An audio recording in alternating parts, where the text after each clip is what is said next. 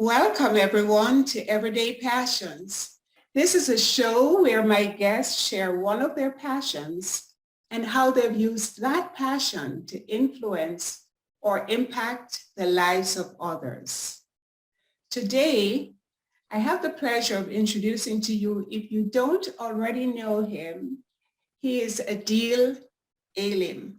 Adeel, would you pronounce the last name properly for me? I always mess it up. It's Alim. It's Adeel Aalim. Yeah. Alim. Thank you. I knew there was something I did wrong. Welcome, Adeel. And I'm delighted to have you as my guest today. Well, thank you so much for inviting me on this show, and I'm really honored to be here. And again, I mean, it's an honor to be here. Yeah. Well, thank you. And to our guests who are going to be watching us live, welcome. If you're watching the replay, we also appreciate you and would appreciate if you also add the hashtag replay to that down in the comments when you do so. Okay, so let's go right into our conversation because I'm excited to converse with Adeel to find out more about how his passion is impacting his clients. Now, Adeel is a lead generation consultant and he has been doing this for over 10 years. He helps coaches, consultants, and online service providers use content and conversations to book 10 to 12 sales calls per month. Do you need sales calls? Then maybe you need to speak with Adeel. So Adeel, is there anything else you'd like to share with us? Tell us a little bit about who you are personally, please. Yeah, thank you so much. And it's always an exciting question to answer. I think my journey, especially what I'm doing right now, started almost 10 years ago when I was somebody who actually pressed the restart button. I was in the finance industry. I pressed the restart button and I thought that maybe that was enough. And then one day I somehow got to a conference where there were leaders speaking about leadership and things like that, and something clicked, and I immediately went to that consulting firm and I was like, hey, I don't know anything. I'm pressing the restart button. Tell me what I can do. And that's how my journey started. So the first thing that I did was more about, selling workshop, working with coaches, and that was the whole different world. And a bit about the personal stuff. I'm based in Pakistan, but I now serve clients globally. I am married. I have a son who's a 5-year-old, and I say that I have a 5-year-old father who often forget that he's the son and I'm the father, but it's the other way around. So yeah, so that's something. I brought up in a family where we were all brothers. So I was the eldest of 3 brothers. So it was all different kind of experiences that we had. And I think that all contributed in different part of personality shaping up. And eventually, I think now looking back at it, it all makes sense that why I'm doing what I'm doing. So yeah, that's how it all started. And especially professionally, it all started 11 years ago with this industry where I started working with coaches, consultants. Fantastic. And I so love what you said about your son. He sounds like he's 5 going on 15 or older than that. You said father, so maybe 5 going on 50. And as a grandmother myself, I can appreciate that. I love it. So please tell us, what is one of the things that you're truly passionate about in your business? So, broadly speaking, I'm really passionate about solving problems. As a kid too, I was really into solving problems, puzzles and all that. And when I got into this professional field, I immediately saw every new task as problem solving. So broadly speaking, it was problem solving, but eventually that evolved into helping my clients having those conversations and building connections and building a relationship. So maybe if I drill down to one thing, it's more about building connections and building relationships that solves the problem. So that's what I'm really passionate about, and that's actually something that is connected to my purpose as well. Love that. Building relationships is key for me as well. I feel it is so very important. You know, a lot of times people tend to skip over that and go for the sale. and they talk about closing the sale. And it's like, okay, Yeah. but there's a step before that. And that step should be building the relationship with the person so you get to know what their needs are, right? So that it doesn't become closing the sale per se, you know. So I appreciate hearing that. So I know you said you have been doing this for over 10 years, but was there this particular aspect of what you're doing now, those conversations and content, was there a particular event or something that kind of triggered your moving in that particular direction and you're focusing on that particular direction? You know, it's very funny. It's very funny if I look back at it right now, because like I said, I was that finance professional who moved to this industry 10, 11 years ago with no background knowledge of psychology, human behavior, or how even workshops are made, how you sell them and everything. But I think what stood out was my ability to build those connections and have conversation with people. It was that conversation that got me that once in a lifetime opportunity to work for one of the top 3 consulting firms over here in Pakistan, that gave me that opportunity because they saw this in me where I was really good in building connection and having conversation, and they wanted to try that out as part of their culture for their clients or a particular segment of their clients. So even though I didn't know it was that at that time, but that really helped me and helped me actually grew in that career even with that firm, where eventually in 3 to 4 years time I was in one of the senior leadership team managing operations and everything in that organization. But then like I said, this realization, I think this came somewhere when I was in transition. I 4 years ago, I moved from corporate 9 to 5, and I thought that maybe 9 to 5 is not for me, and I'm probably made for 24/7. So I decided that I need to start something of my own. And I had a friend who was in the software, who was a software expert, and we decided that we'll start a software company, and I'll be more of a digital consultant and digital strategist. And again, it was that field where technically I was not very sound, but again, it was my ability to build connection that helped us got more business. And that was the realization, probably, I think 7 or 8 years down the line, when it clicked that probably this was one thing that I'm really passionate about, and this is one thing that really is the key differentiation for me, that I instantly can connect those relationship and have those conversation even when I'm not the one who's the smartest one or have all the technical knowledge. But I think it's having this ability to have conversation and genuine interest in people. I think that was something that probably I think 3 years from now was when I actually became aware of that this was the thing that I'm really passionate about. Hmm. Yeah, and you know, it's interesting that you started way back when with a consulting firm doing work that you didn't know even know you were doing. Yet that helped Exactly. you because that created that background for you and that created like a launching pad for you to move over into working for yourself, becoming self-employed.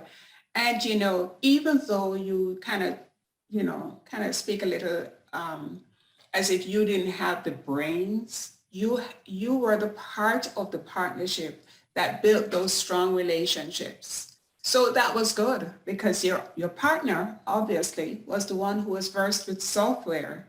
He had Yeah. he had the knowledge for the software, but then you build the relationships, and I think that's a wonderful relationship because then you offset each other's deficiencies. So that's Exactly. awesome. Yeah, exactly. You were going to say something else?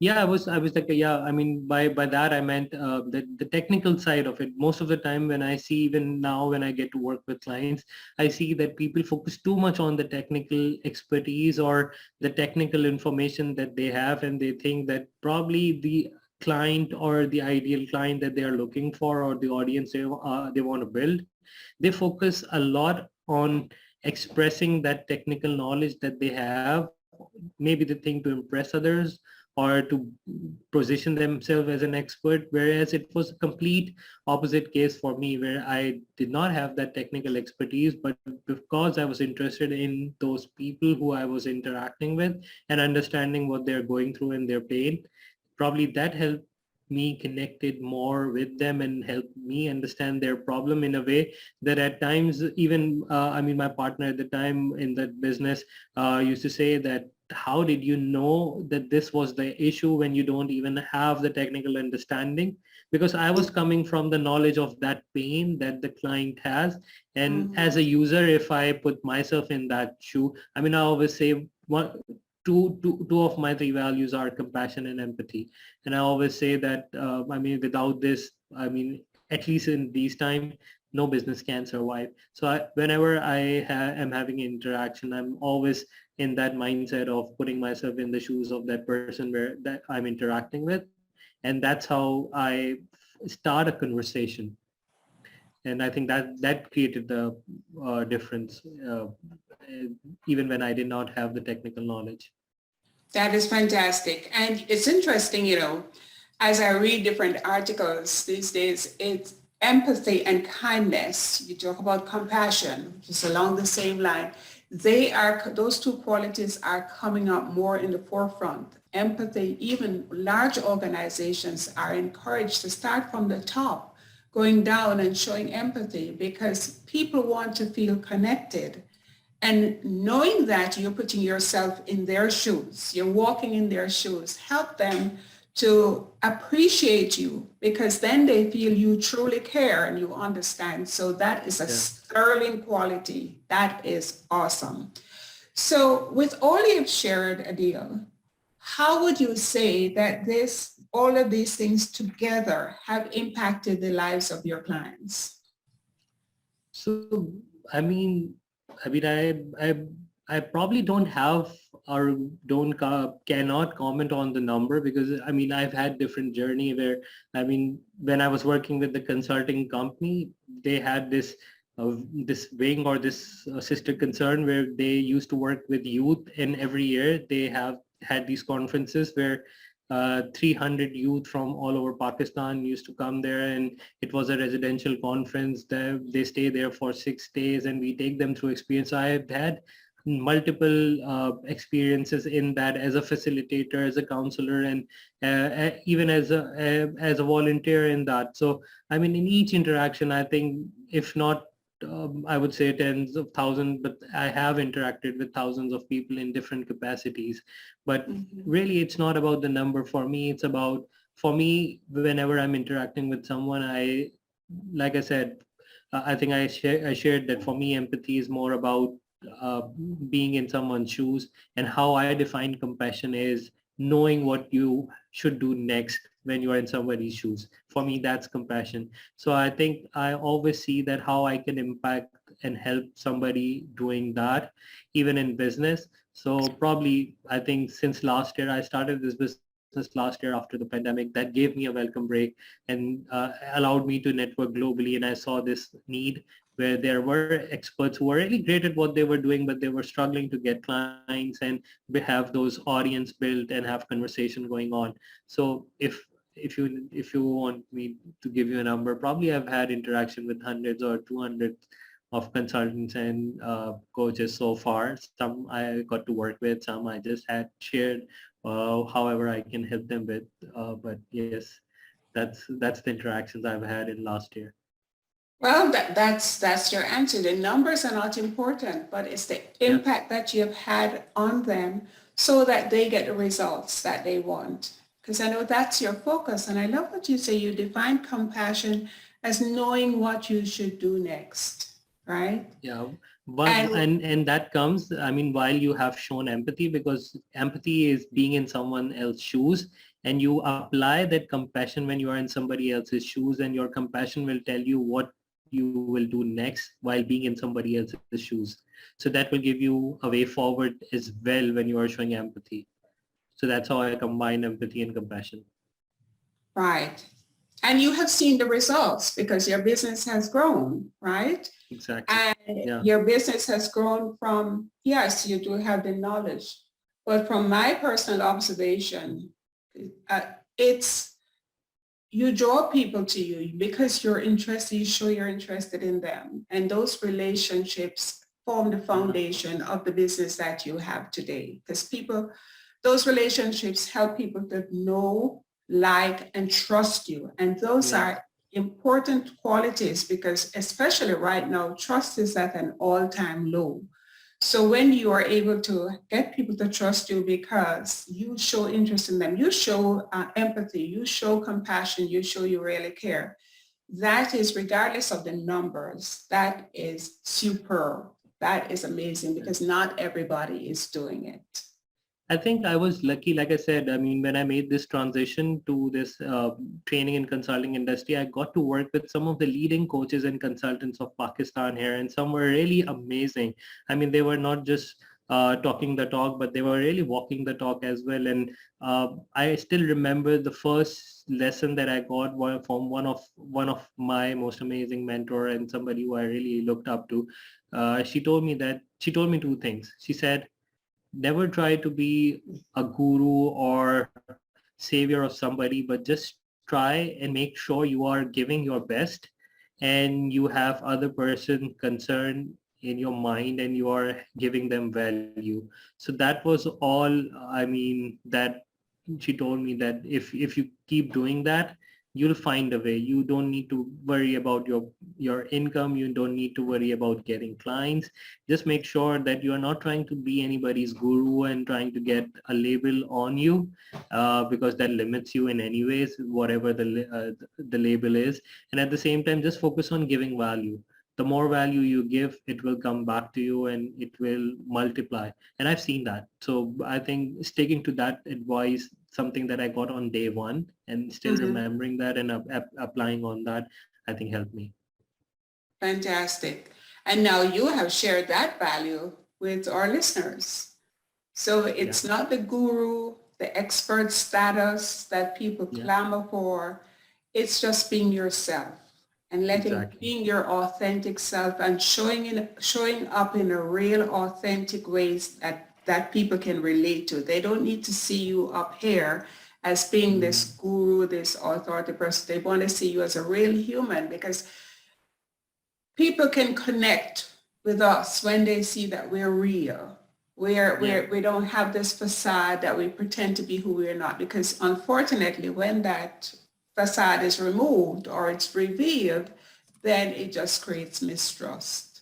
So yeah. building those relationships, I definitely endorse everything that you have shared with us in terms of your values, in terms of the way you have you have accepted what your mentor, your coach told you and how you have used that to build your own platform. So thank you. Thank you for sharing that. So Adeel, people are going to want to know more about what you do. They're going to want to experience more of your passion. So how can they get in touch with you? So as we are streaming this on Facebook, I'm super active on Facebook. So if after this, I can share the link, or probably they will have my profile. I am available. They can reach out to me. Please connect with me, and we can connect this profile. If they want on my profile, there is a calendar link we can schedule. But I'm really I think like I said, I'm more active. I don't even use my phone that much as much as I'm using Facebook. So I really look up and respond to all conversations that I have. So I really love having conversations with people. So anybody who's interested, I look forward to connecting with them and having a conversation with them. So I think the ideal way is to connect using Facebook or my profile, and then we can take it forward from there. Awesome. Well, I definitely am so grateful that you spent your time with me in this conversation. I learned more about you today than I had before. And I know our listeners were intrigued and will want to get in touch with you. So yes, please go ahead right under this when after we're done, if you could post your Facebook link so that they can just click on it and come over to your profile. I'd appreciate that. Okay. Sure. And I want to thank you so very much for the nuggets that you have shared, the authenticity that you have maintained, and the relationships that you seek to build while you display empathy and compassion. So thank you so much, dear, for being my guest today. And I look forward to seeing you on Facebook, because that's usually where I see you. Welcome. And I also really want to thank you for not only inviting me, but I really want to share something very quick here. I know we are short on time, but I mean, you've been one of those people who I find as somebody who really support, and you, I mean, even having conversation with you is like having a conversation with some mentor or coach. I really picked when you picked that I use the word that I'm not the smartest one in the room, and this is something that I really like about you, that you really have a way of giving some people encouragement. I know that when I was